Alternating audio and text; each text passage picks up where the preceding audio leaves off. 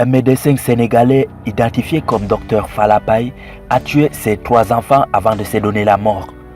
Un acte horrible qui vient mettre fin à plus de 15 ans de vie conjugale. Alors qu'est-ce qui s'est réellement passé?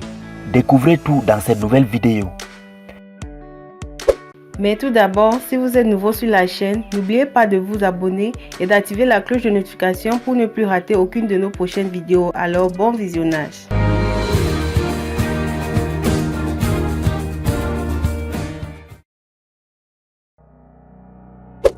Triste fin de vie pour Dr Falapaye qui a tué ses 3 enfants puis s'est donné la mort.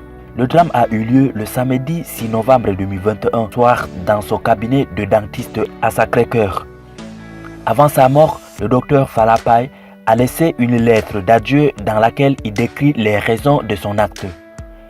À l'en croire, il est un homme calme, posé et profondément religieux que sa femme a transformé en un monstre.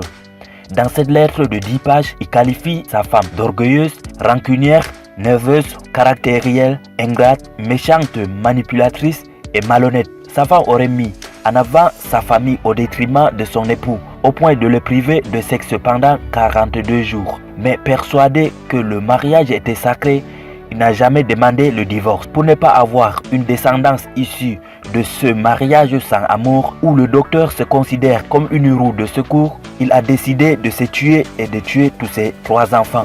D'après les informations recueillies, le docteur Paye était introuvable depuis le samedi. C'est seulement ce dimanche que son corps ainsi que ceux de ses enfants ont été retrouvés. Encore plus triste, l'une des filles du docteur Paye, la plus âgée, était décrite comme très brillante et avait un avenir radieux devant elle. D'ailleurs, cette année, elle devait intégrer la prestigieuse école Marie-Marc Bas de Gorée. Les corps des enfants conduits à la mort avaient aussi des traces de blessures au poignet. L'enquête de la police révélera ou non si ces entailles des veines ont procédé des piqûres mortelles qu'ils ont reçues. Encore de plus, ce mariage par défaut qui avait été scellé depuis 2004 était parti pour être un gâchis.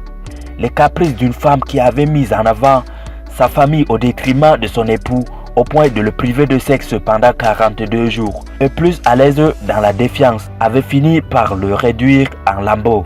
Que dire du mari qui malgré tout n'a jamais dit grand chose et n'a jamais demandé le divorce puisque persuadé que le mariage était sacré.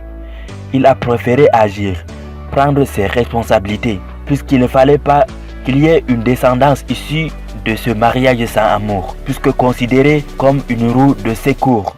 Alors quelle triste histoire.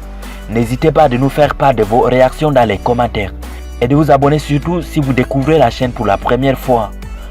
Bye, à la prochaine pour une nouvelle vidéo.